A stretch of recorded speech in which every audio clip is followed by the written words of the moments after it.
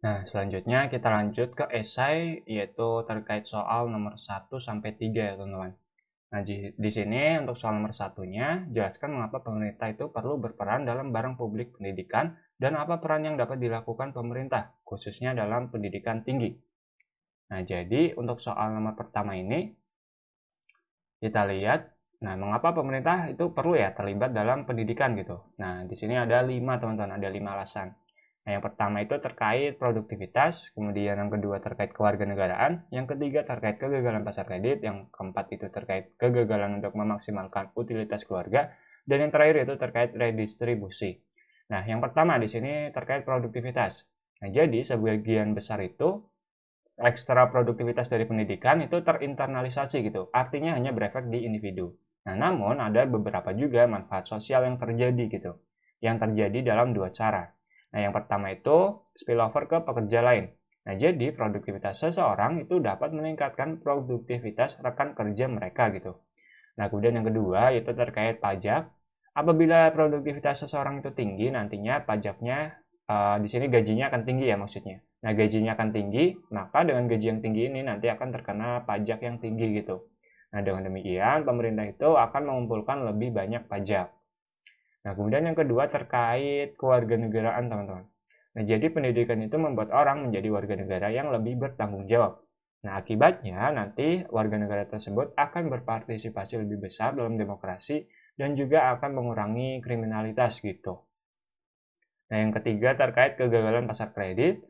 Pada prinsipnya, seseorang dapat berhutang untuk membiayai pendidikan, tapi kreditur tidak dapat menentukan risiko kreditnya dengan pasti, sehingga hanya bisa menawarkan kredit yang terlalu sedikit. Nah, dengan demikian maka pasar kredit itu gagal berfungsi dengan baik gitu ya, teman-teman. Nah, solusinya yaitu di sini pemerintah akan menyediakan pinjaman untuk membiayai pendidikan dari warga negaranya. Nah, kemudian alasan keempat ya mengapa perlu terlibat pemerintah dalam pendidikan yaitu terkait kegagalan memaksimalkan utilitas keluarga. Nah, di sini bahkan setelah mendapatkan pinjaman, pendidikan swasta masih akan melibatkan beberapa pengorbanan orang tua gitu.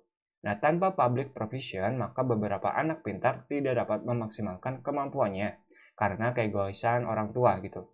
Jadi misalkan udah dapat nih pinjaman dari pasar kredit gitu. Nah, tapi pinjaman itu misalkan tidak sepenuhnya digunakan untuk kebutuhan pendidikan anak gitu. Nah, dengan demikian kan anak pintar itu tidak dapat memaksimalkan kemampuannya gitu ya, karena keegoisan orang tua gitu. Nah, terus lanjut di sini alasan yang terakhir itu ya terkait redistribusi ya. Nah, jadi pendidikan publik itu akan memberikan kesempatan yang sama untuk mendorong mobilitas pendapatan masyarakat gitu. Nah, jadi itu alasan mengapa pemerintah itu perlu terlibat dalam barang publik pendidikan gitu ya. Nah, dan pertanyaan selanjutnya, apa peran yang dapat dilakukan pemerintah khususnya dalam pendidikan tinggi gitu. Nah, jadi cara pemerintah yang dapat dilakukan yaitu di sini khususnya dalam pendidikan tinggi ya. Nah, yaitu terkait ini teman-teman. Terdapat 4 ya, 4 peran pemerintah dalam pendidikan tinggi gitu. Ada state provision yang pertama, kemudian ada Pell Grants, kemudian yang ketiga ada student loans, kemudian yang keempat ada tax relief. Nah, yang pertama state provision. Nah, state provision itu artinya penyediaan secara langsung gitu, pendidikan tinggi melalui kampus-kampus gitu.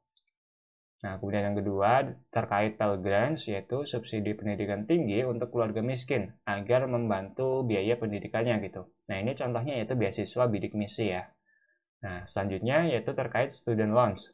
Nah, terdapat dua jenis ya student loans ini teman-teman, yaitu direct student loans yaitu pinjaman langsung oleh Departemen Pendidikan terkait.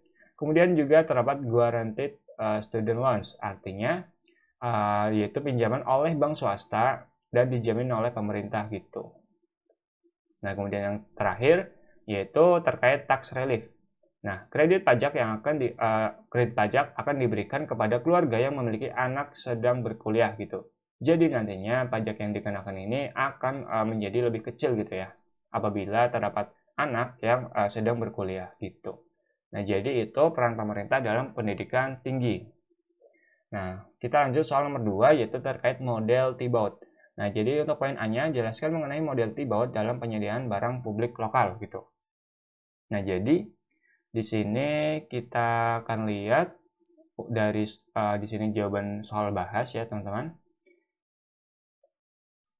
Nah, untuk soal nomor 2, poin A, model T-Bot sendiri itu dapat dijadikan prinsip dalam penyediaan barang publik di berbagai tingkat pemerintah.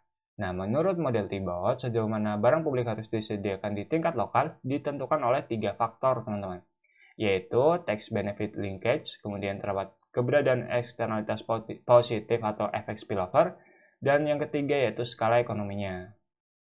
Nah, udah lanjut untuk soal poin B-nya. Jelaskan 2 masalah utama dalam penyediaan barang publik oleh pemerintah yang dijabarkan dalam model tersebut. Nah, di sini jawabannya, 2 masalah utama dalam penyediaan barang publik pemerintah adalah masalah preference revelation dan juga preference aggregation, teman-teman. Jadi sulit untuk merancang institusi demokrasi yang menyebabkan individu untuk jujur mengungkapkan preferensi mereka terhadap barang publik dan sulit untuk menggabungkan preferensi individu ke dalam keputusan sosial. Akibatnya, pemerintah itu seringkali tidak dapat memberikan tingkat barang publik yang optimal dalam praktiknya. Nah, kita lanjut soal nomor 3. Dalam program kesejahteraan sosial, dijumpai berbagai permasalahan yang berujung pada timbulnya moral hazard. Nah, jelaskan alternatif-alternatif kebijakan yang dapat mengurangi potensi terjadinya moral hazard dalam program kesejahteraan sosial. Berikan contoh pada setiap alternatif kebijakan yang saudara jelaskan. Nah, jadi untuk soal nomor 3 ini, yang pertama yaitu terdapat alternatif kebijakan terkait categorical welfare payment. Nah, jadi moral hazard itu terjadi karena pemerintah ingin mendistribusi tunjangan ke orang miskin. Namun, orang-orang itu bebas mengontrol pendapatannya, sehingga orang yang sebenarnya tidak berhak pun bisa jadi akan mendapatkan tunjangan gitu. Nah, jadi seharusnya tunjangan itu tidak diberikan berdasarkan pendapatan, namun berdasarkan kemampuan seseorang dalam menghasilkan pendapatan itu sendiri. Nah, jadi di sini jika program diterapkan dengan mean tested atau diterapkan berdasarkan pendapatan gitu ya, seseorang akan cenderung untuk malas bekerja. Nah, sehingga menurunkan pendapatannya demi mendapatkan bantuan atau bahkan tidak bekerja sama sekali gitu. Nah, akibatnya bantuan yang diberikan tidak tepat sasaran. Baik orang yang benar-benar miskin atau orang yang miskin karena malas, kedua-duanya itu akan mendapatkan bantuan. Nah, solusinya bisa dengan menerapkan categorical welfare payment, yaitu bantuan untuk orang-orang yang berkebutuhan khusus, yang memang kesulitan dalam bekerja sehingga pendapatan yang dihasilkan pun akan rendah. Nah, misalnya yaitu di sini bantuan disabilitas ya, teman-teman. Jadi, apabila tunjangan diberikan pada penyandang disabilitas, tidak mungkin orang sehat itu akan berusaha memotong tangannya atau melakukan hal-hal lain, sehingga ia akan menjadi penyandang disabilitas demi mendapatkan bantuan dari pemerintah gitu ya. Nah, selanjutnya yaitu alternatif kebijakan terkait all-ordeal mekanisme. Nah, di sini program kesejahteraan yang fiturnya dibuat tidak menarik ya bagi orang-orang yang tidak benar-benar membutuhkan, tetapi akan sangat berarti bagi orang-orang yang benar-benar membutuhkan gitu.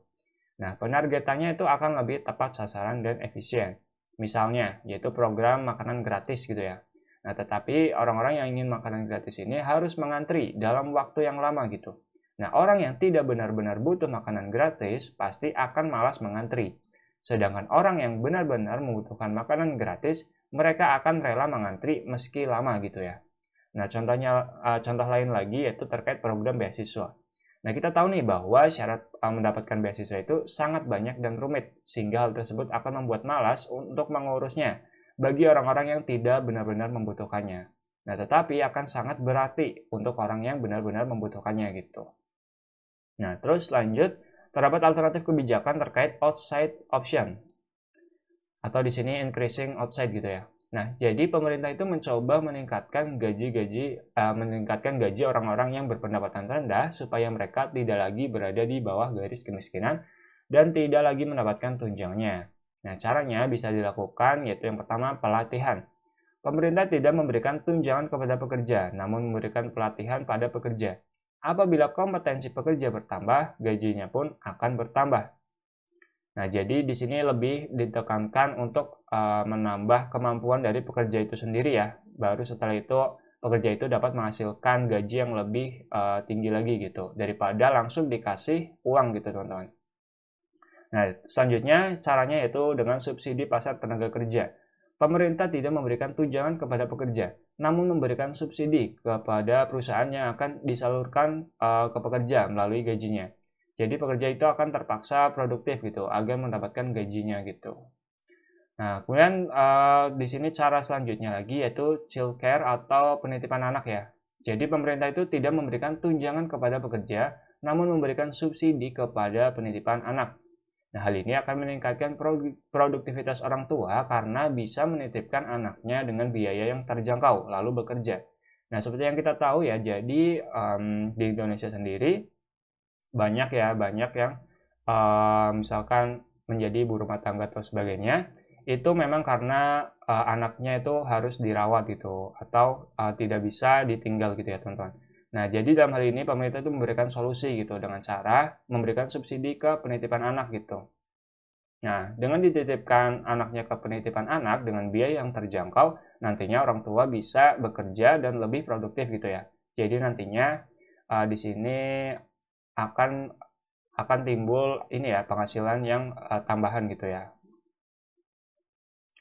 Nah, selanjutnya yaitu terkait caranya yaitu terkait child support atau di sini dukungan terhadap anak-anak gitu ya. Nah, jadi apabila ada orang tua yang sudah bercerai atau berpisah, gajinya akan dipotong oleh perusahaannya dan dikirimkan ke anaknya gitu. Nah, hal ini akan berpotensi mengurangi insiden single mother dengan membuat secara finansial mahal bagi ayah untuk meninggalkan keluarga mereka. Nah, jadi itu ya teman-teman pembahasan terkait soal esai nomor 1 sampai 3. Nah, untuk soal pilihan ganda nomor 6 sampai 30 serta di sini soal esai 4 sampai 5 akan dijelaskan oleh rekan saya. Sekian dari saya, Rizko Dewijaya. Terima kasih. Kurang lebihnya mohon maaf. Wassalamualaikum warahmatullahi wabarakatuh.